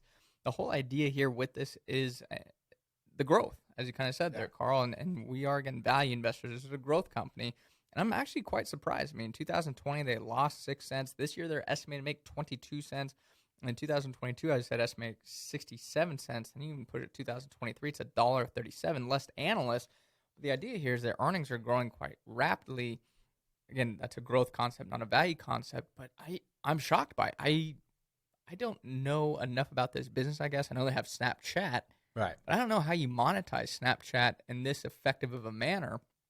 So I don't even really know people that use Snapchat as frequently. I think it's, I feel like an older person now saying it, but I think it's a younger crowd. Even And I can say that, but you're right. But I don't know, even my kids. Now, maybe I've never asked them, but I mean, my one son's 18. My daughter's, 24? But I don't know anybody that uses Snap. And what also I think about, what's really become big is that TikTok thing, which I'm not on that either. But there's only so much time you have. You got TikTok, you got Snap, you got Instagram, which seems to be pretty big. I just don't like this at this price. And yes, it's possible it could go up. But you're right, Chase, too. How are they going to monetize it? So, Carl, I mean, I know you paid 62 and it's at 59 now, so it's kind of a gamble on what's going to happen going forward. It's not one that we would hold. It's very, You know, very speculative. yeah. You know that they report on Thursday, and on Friday there was option expiration. I'm wondering if that had something to do. It could have. Very well could have, yes. And that's very smart to know that what's going on, because the options can move things and the expirations and a lot of things. So, and that's why it's so important to have the fundamentals behind it, because stocks will do crazy movements up and down. And if you have the fundamentals that back it up saying, well, it's okay, it's a strong company, you feel much better. But this one here, I mean, you're way overpaying for the earnings. You've got some crazy things going on. It really gets you kind of nervous, and that's why, again, you've been kind of snapped, we'll call it. Yeah. Right. All right, call. Okay, thank you. Thank you for calling. Bye-bye. I mean, I just look at this and I understand how you monetize Facebook and Instagram because you can do ads. I haven't used Snapchat, I think, in 5-6 years. Really? Yeah, I don't know. I just don't like it that much. You just send quick snap. Like, it's more of almost like a private messaging type thing, unless it's changed. I could be wrong. I know they have like stories and stuff now, but I know Facebook, they do the ads on the news feed and in the middle of stories. I don't know how Snap works that in. So, and wasn't one of the benefits of Snap, it only lasted for like 30 days or something, and it was gone? Was that? Oh, it's like 30 seconds. Oh, 30 seconds. Yeah. See, and I don't get that, because that's one thing, and I've talked about, I don't want to do my Facebook anymore. I'm done with them crazy things. But I like it because all these pictures, I mean, you keep things forever with a Facebook and stuff. So that kind of gives you some benefit. Well, gosh, if I got rid of it, all those pictures I had from 5-6 years ago, they're going to be gone. Yeah. And they try and sell themselves as more of like a camera company. Right. That's, at least when I look at their profile, I know they have like eyewear product that connects to video. I don't know. I think so. They're selling product now. That's what it looks like. Really? I Okay, I didn't know that. I've just never heard of it. Yeah. I've never seen it. Don't understand it. So this is one thing that we actually talked to somebody yesterday. Said buy what you know. Yeah. I don't know this company at all, and we say it's always the beginning of the research. I wouldn't even go near Snap just because I don't use it, don't understand it. It just doesn't make sense. Kind of like that little company down the road that's trying to compete with the Facebooks and the Instagrams and now the TikToks. Yeah. I was going to say, back in 2017, Google actually offered $30 billion to buy Snapchat at the time. So there's got to be some worth to it. And also, in terms of ad revenue, the amount of snaps that you watch, they put up an ad right afterwards. So that's how they make their money is if you watch, I don't know, say 4 or 5 snaps, an ad automatically pops up in front of you all of a sudden, and you have to wait 5 seconds in order to skip it or so, and then you can go on to the next thing. So I'm thinking that's how they make a lot of their money as well, too. So, and you're calling them snaps. So that's what they call each thing is a snap? Yeah. It's a snap. Like a snapshot, I guess. Yeah. Right. And Brendan, do you use it, Snapshot? I sure do, but I haven't been on it as much as like Instagram or TikTok or Facebook. Yeah, and I'm ashamed to say it. I go on TikTok. And I'm not sure if you're older or younger than Chase. I think we're about the same age. About the same age. Yeah. Except I went to the better college. Go Montana State. All right, we'll turn him down, then we'll talk about Northern Arizona. Okay. Phone number is 866-577-2473. That's 866-577-2473. Before I go back to the calls, I want to promote the workshop because it is going to be this Thursday, 6 o'clock in Scripps Ranch. That's July 22nd. We're going to be talking about why value investing works best long-term for you, how you can reduce your emotions, why financial analysis reduces your emotions. If you understand you got something to hold on to, it can feel much better. You've actually bought a business. And also, too, how we build portfolios to weather all kinds of markets. We go over many different things for you. We also go over things that you should not be doing, maybe mistakes you've made to show you not to make those again. What you have to do is go to our website, smartinvesting2000.com. That's smartinvesting2000.com. Or call the office, 858-546-4306. That's 858-546-4306. And I'll get you signed up. Looking forward to seeing you at the workshop, the Smart Investing Workshop, this Thursday, July 22nd, 6 o'clock in Scripps Ranch. And we will have some appetizers for you to help you carry through that sugar low, I guess we'll call it. So, alrighty, let's go back to the phones. Let's go down to Chula Vista and speak with Brian. Brian, you're on the Smart Investing Show. Brent Chase, how can we help you? Hey, good morning. How are you guys doing? Good. How you doing? Fantastic. Hey, before I get to Biogen, I called you guys about 3 years ago or 4 years ago on Netlist, and still holding. Wow, good. Happy for you. Well, we'll see, man. It's been a ride, but I've also called before on Biogen, but interested in your comments on them right now. And I think you said you called 3 years ago. Is that what you said? I think so. Yeah. So we'll be hearing from you again in 2024? Is that right, Brian? Could be, maybe sooner. Okay. And do you hold Biogen or looking to buy it? Yeah, no, I hold it definitely. Okay. All right, let's take a look. Just took some off the table, though. But it's been crazy too. Yes, it has been a crazy company lately here. So we're going to look at the Biogen Incorporated, symbol is BIIB. Good start here. P/E ratio 17 versus not material for the industry. We do see price to sales 3.9, well below the industry at 10.8. Price to book value 25 versus 12, and price to cash flow 13.8 versus 401. We do see year-over-year sales are down 12.6%, industry up 24.1%. Earnings per share for Biogen fell by 41%. The whole industry was down only 3.7%. The balance sheet looks pretty strong. Current ratio 2.1 versus 3.6.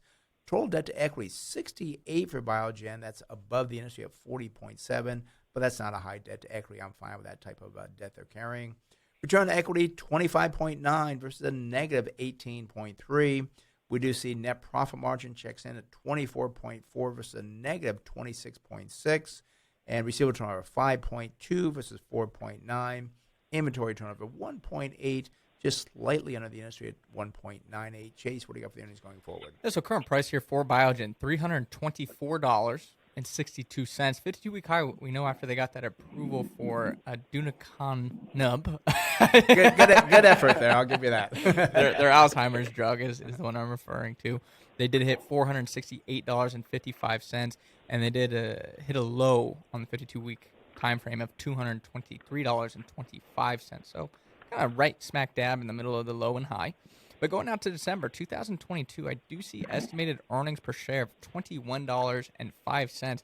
Would give us a target sell price of $349.43. But the issue with Biogen has been the kind of consistency of those earnings. I mean, if you look at the high estimates for $33.43, the lows $15.04. So there's a huge discrepancy there between the low and the high, and a lot of that stems from how prominent will this Alzheimer's drug be, and how widely accepted will doctors make it. Yeah, and Brian, this is one that, again, it was kind of disappointing. They did very well coming out with this drug. We kind of knew it was coming out. The stock did hit $468. I think maybe one share sold that price. But from then, it just went down continuously. And I did see on the business news the other day, I believe it's either a hospital or nursing care home said, we are not going to be prescribing this drug. We're not going to do it.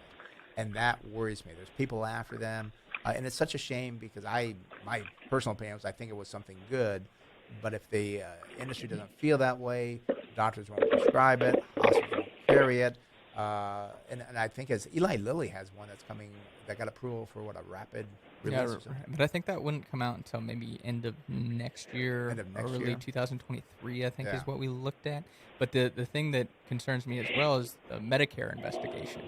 A lot of senators are knocking this is if Medicare won't cover it, that's going to be a very expensive out-of-pocket drug that not many people can take. So that's one thing that I think could weigh quite heavily on this stock is if Medicare comes out and says, nope, we won't pay for any of it, then it could be a big problem. I think it wasn't like $59,000 a year or something? I believe so, and they were saying that the cost to Medicare could be quite substantial if they did cover the amount that Biogen wanted them to. Yeah, and actually Medicare is not in great financial shape. We know that, and they could have to lower the price of drug to say, okay, we'll go from $59,000 down to $25,000. Still a lot of money, but that would cut their profits in half. And they expected it to be a $1 billion, I think a $6 billion drug. Mm-hmm. Now you got the Medicare, you got the lawsuits, you got doctors not doing it, you got Eli Lilly, you got people calling for the FDA heads to step down, and then people on the advisory council that voted against it, they've all stepped down. Not all, but a lot of them have stepped down as well. So there's a lot of kind of I'm going to say political turmoil going on with this stock at the time. And what was the target sell price? $349. $349. Yeah. So it's just about a sell. So. Hopefully it doesn't drop more. So Brian, yeah, I mean, I would say if it hits that 349, I know you've sold some of it. I would have to say get rid of the rest and watch the news closely, because what concerns me is that it could fall more as more bad news comes out. So be very careful there. All righty?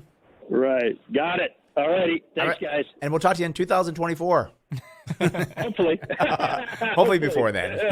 Okay, Brian. Adios. All right. Bye-bye. All right. That opens the phone line, 866-577-2473. That's 866-577-2473. Let's go to San Diego and speak with Lane. Lane, you're in the Smart Investor with Brent Chase. How can we help you? Morning, gentlemen. I'd like your opinion of Valero Energy. It's been declining recently, and I'm kind of curious why, with the demand for oil and other diesel products they're refining, why it would go down in price. Okay, and do you hold that or looking to buy it? I'm looking to buy it. Okay. Has a good yield. Yes, it does have a very good yield. So company again is Valero Energy Corporation, symbols VLO. No PE ratio, same as the industry, obviously, because an energy company over the last 12 months, earnings weren't really there. We do see price to sales, though, however, looking very good for Valero, 0.4 versus 3.09 for the industry. Price to book value is 1.5 versus 1.95. And then price to cash flow, they actually have cash flow, 11.2 versus 9. And you are correct, they pay a nice 6% dividend. They do not have the earnings to pay that out now because the past 12 months that was not there. They didn't have the earnings. We do see sales are down 40% year over year. Industry was down 30%. Earnings per share fell by 170% for Valero versus a decline of 6 for the industry. Balance sheet 1.4 versus 1.1. That's the current ratio. Debt to equity is 82 versus 80. We do see return on equity for Valero is a negative 1.5, not as bad as the industry at a negative 23. So I think probably when earnings come out, we could see some positives when the earnings release, probably, I'm going to say, the next few weeks or so. Net profit margin, it is a positive. It's not by much, but a 0.4 versus a negative 32. And again, that will probably change when new earnings come out, I'm hoping. We do see receivable turnover is 12.5, double the industry at 6.8, and inventory turnover 13.7 versus 8.2. Chase, let's take a look at the earnings, see if they say why the stock's been declining lately. Yeah, so current price here for Valero was $64.88, 52-week high $84.95, and that low $35.44. If I go out to December 2022, I see estimated earnings per share of $5.02. Will give us a target sell price at $83.33. So the numbers look very strong on Valero. As you said, Wayne, you get a nice dividend here with the company. To answer your question, why is the stock declining with the energy demand and with these good valuations? I don't know. And that's the thing about the stock market. In the short term, it is absolutely crazy and can make no sense at times. So this seems to be one of those cases where it's just not adding up, and it seems like it could present a very nice buying opportunity. One thing I know about Valero is it's a very volatile stock. It moves up and down, and it could be profit-taking. As I said, 35.44 was the low. I mean, some people say, I'm up 100%. I'll take my profits and get out of this company because it's too volatile. I look at it and say, hey, get a nice 5% yield. I'm good. And now the yield's 6%. So, I mean, I think it's worth buying at these levels here. It is an energy stock. As Chase said, it's very volatile, so be prepared for that. But I do not see energy going away next year, even 2 years. I mean, we talk about, and there's so many other things that they have to refine oil for. Asphalt, makeup, plastics, chemicals, many things. So I know the big concern is like, oh my gosh, cars are going to be all electric. Well, that's not going to happen. I don't think I'll ever buy or drive an electric car. And I like this company too. They have a large renewable diesel segment, which kind of appeases the current administration's green energy push. So they kind of have the ability to play both sides of the spectrum there. So I think it's a good one there, Wayne. I wouldn't worry about it. They got a good balance sheet, good dividend, good valuations. I think it's a good one. And this is also coming. Go ahead. I think they have a division in England or Europe too for the refining. They very well could have. I'm not going to say yay or nay on that, but they very well could have. And what I was going to point out is that their 5-year dividend growth rate is 18%. So not only do they pay a good dividend now, they could grow that dividend down the road. So I mean, if you hold the stock for 5 years, you're going to get 30% just off of that. Yeah. With no growth on the stock at all. So I like the company. It's again, I think energy is here. It's not going to leave tomorrow, and you're getting it. It's on sale now. So we don't know why the stock has fallen, but that's what's nice about with volatility. It gives you time to buy it. So can I make a suggestion? Sure. If we're looking for yields, you know, a lot of stocks don't have yields right now, and versus what they're paying in the banks. Could you do a comparison of a couple of REIT stocks? Because there's so many different sectors of REITs. You know what I mean? We could get an idea of how do you. And REITs aren't easy to invest in. It's because you have to analyze them different than a normal stock or a company. You know what I mean? Yeah, and we actually will hold a couple of REITs in our portfolio. We get a call on a REIT here in the station once in a while on the show. Once in a while, but it'd be so hard to do that because there are a lot of REITs out there. There's hundreds. Yeah, and again, I mean, it just kind of shows you the amount of research we do behind the scenes. That's the difficulty I'm having. That's why I'm calling you. Well, we can't give you away which REITs we like there. No, you don't have to do which ones you like. You know, this one does this and this one does this. Let's the average listener figure out which is the good and which is the bad one. You know what I mean? Well, and Lane, what you can do is you come in the office with a consultation, become a client, and you know everything we're doing. Can I ask you one more question? You said you bought a new car. Did you buy the new Corvette? No, actually, it was like 6 months ago now. I bought the new Escalade, Cadillac Escalade. Oh, beautiful, beautiful. Yeah. Okay. Yeah. Well, we have a mutual friend, our accountant. He got the new Corvette. It's a beautiful car in the lot. So. Yes, it is a beautiful car. And I've thought about it, but I don't have any space left in the car, and I am looking at another. I'm looking at another used Lamborghini, trying to put in that last space I have. So, but the Corvette would look nice in there too. All righty. Thank you, gentlemen. Have a good day. You too, Lane. Thanks for calling. Bye-bye. All right. That opens the phone line, 866-577-2473. That's 866-577-2473. Let's go out to Nyland. Is that what it is? Nyland? Okay, let's go to William in Nyland. William, you're on the Smart Investor Brent Chase. How can we help you? Well, I have a question. I didn't know who else to ask, and I heard you guys this morning, and I thought you would be the ones. We will try. I'm a recreational marijuana user, but I'm also a medicinal marijuana user. I have a prescription for that since 2007. And as it turns out, my sport, hang gliding, is now called recreational hang gliding. And it should be one word. But the point is, when I have an accident and the first responders have to come get me, I kind of want them to know that I'm insured, I'm covered. I'm responsible, I'm a certified recreationalist. And I have a recreation rider on my insurance policy, and somehow I'm going to pay for it because I want to be a responsible American. Mm-hmm. So I'm wondering what's the likelihood of us buying some kind of insurance when we buy our medicine, or we visit a hang gliding site and we have to buy insurance. I sold insurance, as an example, $4 a year for a $500,000 policy, which covered the city of San Diego and the members of the Torrey Pines Hang. Okay. So we need insurance as recreational people that are now have this recreational substance that's almost competing with medicinal use. And I think we need some attention to this area, because there's going to come a time when all these forces and factors are going to come together, and we're going to want to know why we didn't ask this question earlier. And I guess I may be missing. What is the question? Can we get the insurance, or what are you actually asking? And what are you actually asking there, William? Insurance man, could you offer me a recreational rider on my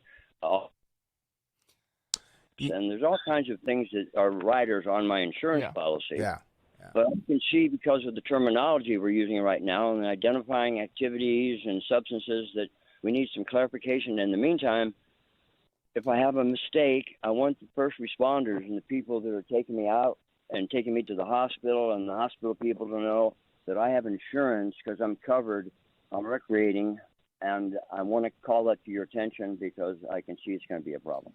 Yeah, well, I mean, because we don't sell insurance. I know there's so many different types of riders. I kind of understand what you're saying with the recreational side. And to be quite frank with you, not sure if that's a path that people are considering. I'm not sure what type of writers exactly are. I know there's so many different types of writers. I'm not sure, since we don't sell insurance. I'm not super familiar with the products. Right, yeah. And maybe somebody out there kind of hears it and has some ideas to it.